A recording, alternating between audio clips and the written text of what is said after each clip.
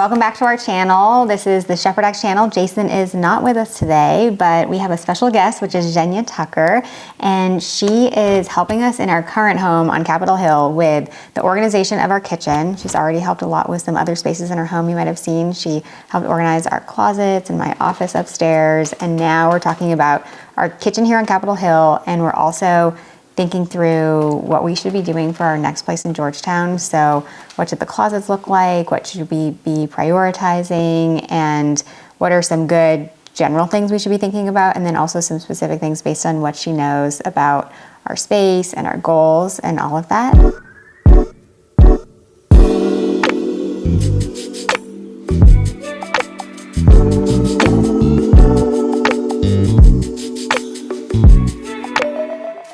And so if you've been following along before, this is probably the messiest or the most chaotic you've ever seen our kitchen. You can see we have all these little things. Like I have like maybe 8 of these cute Charlie Brown napkins for Halloween, or like a million of these little things for a Barbie party that say, let's go party.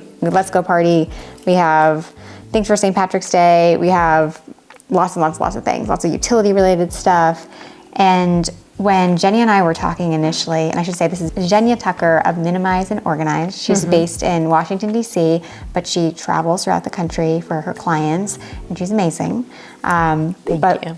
Yes, and when we were talking before, Jason and I love to entertain, and we don't have a pantry, we don't have a ton of storage. We have more storage than we've had in prior homes, but we need to be really smart about how we use our space. And today we are trying to get our kitchen in a really high functioning, practical place, but then also set ourselves up so that we can entertain in a way that makes sense and have like the things that are hard to reach in the hard to reach places because we don't need them every day, and like maybe getting rid of things. Like I see here, I have hand sanitizer from a baby shower that I hosted in 2020, back when hand sanitizer was really cool. That was my question. Yeah, what's up with those? Like I don't think we need to find a home for that. But maybe we should just start with, what advice do you have for someone that, or what are you focusing on, knowing that we want to have a really great kitchen for every day, but also be set up well for lots of parties, big and small? So I would say no matter what you're trying to do, either you're moving to a new place or you are organizing your current situation, the first and the very probably scary step is to pull everything out.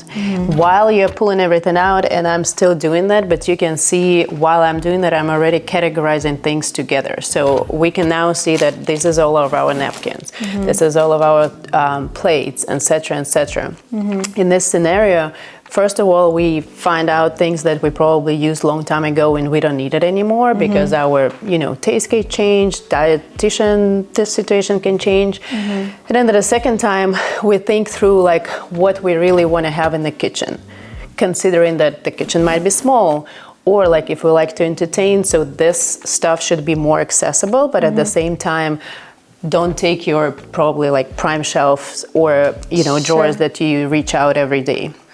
But in order for that, like now we can see we have all the plastic cups, for example. If you will know where all of them are, next time when you're shopping for the party, you probably won't overbuy because oh, okay, all of them are there, let me have a look. If I have the right color, if I have the right amount, I won't buy it again, Now, if someone were to do this themselves, do you think that it's necessary or preferred to really do like everything all at once? Because what we're doing here is you are literally going through every single drawer and every space to take everything out and then put it back together again. Because I could see for some people that might seem really overwhelming. It is. But is that better than going, say, like one junk drawer at a time? So there are different like thoughts about it. If we're talking about one junk drawer, and I like to call it utility drawer. Yes, love it. I like that. But yes, maybe like if you have only like 10 to 15 minutes, I would recommend to tackle it. But in general, once you start tackle one drawer, you will understand that maybe a couple of the things, maybe half of the things even doesn't belong to that drawer. So immediately you have to find a place for it. So once you start it, it's kind of like, okay, you don't have to do it maybe all day long because that's why professional organizers come and they do it within a day and stuff like that. But try not to drag it into a few months, like today I'm tackling this 3 drawers, then tomorrow will be this one. Because the idea is that once you pull everything out, you start from the scratch. It's very hard to find new home or existing home for things if, all the cabinets are already with something in it. Because you won't think like, oh, maybe I should put glasses in there. Or maybe, you'll start doing this and then you find more glasses over there, but you already found room for it. Ideally, I don't recommend it, but I believe in one step small at a time. So, okay, if you want to declutter, it's already good. If you want to be organized, it's already a good decision. So start from a little, but try not to half a year or something.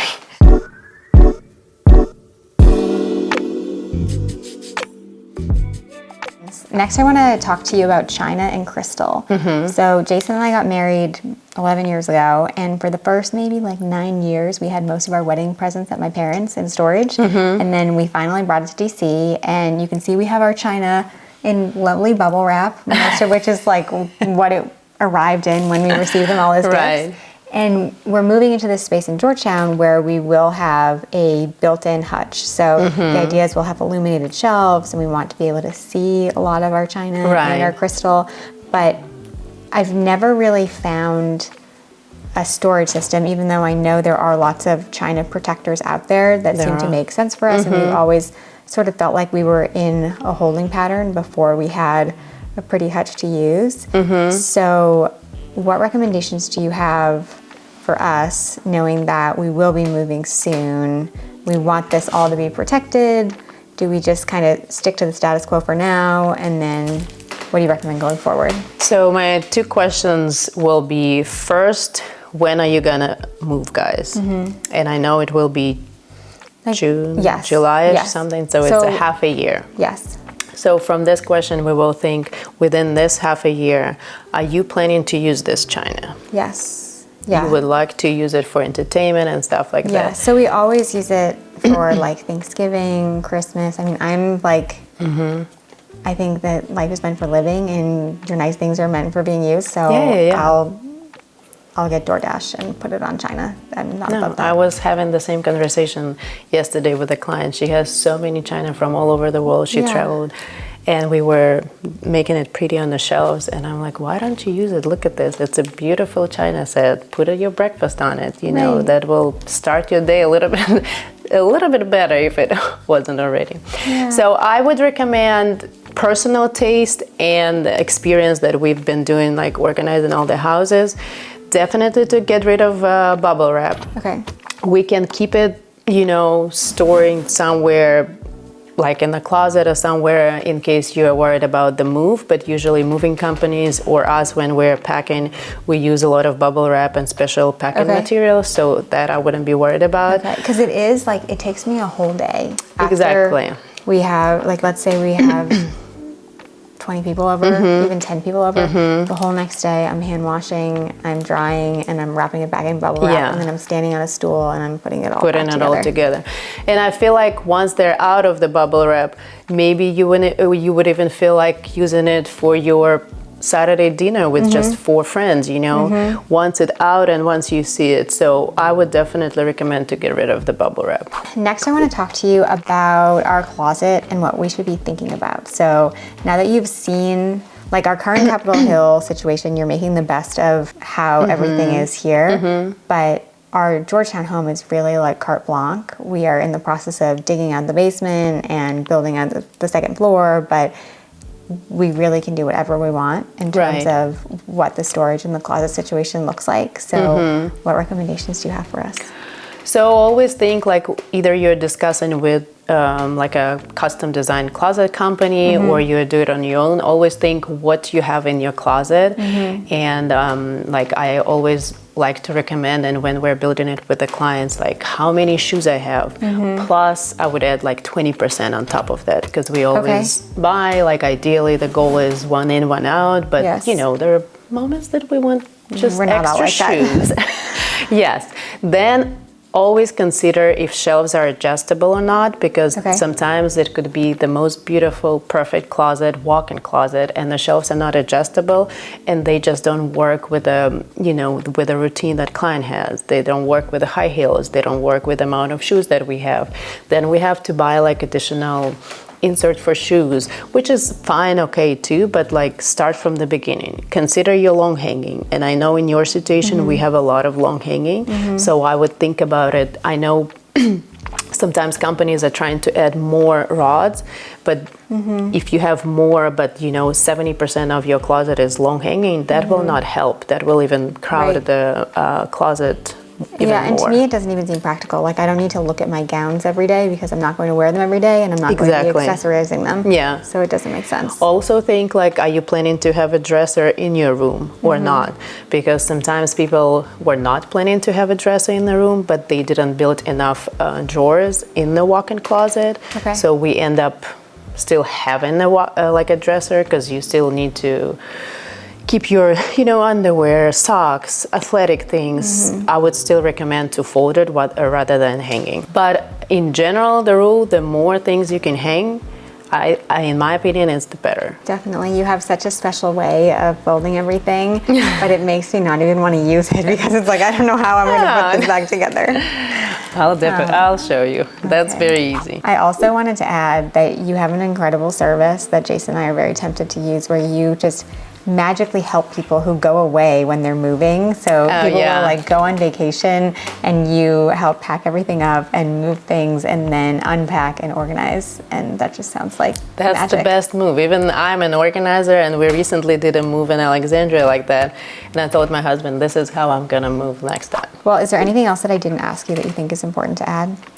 I think when you are like, in general, the rule is, and I like to say it over and over again, sometimes there are a lot of mistakes with buying a product, and a lot of people just walk in the store, they see a nice bin or they see a nice basket and they buy it just because it's nice, but they don't know where it will go and what will go in it, and that's a big mistake. Well, we will certainly show the after, and I feel like there's going to be a lot to share between now and our next home and the closets, and I know we'll have more questions for you.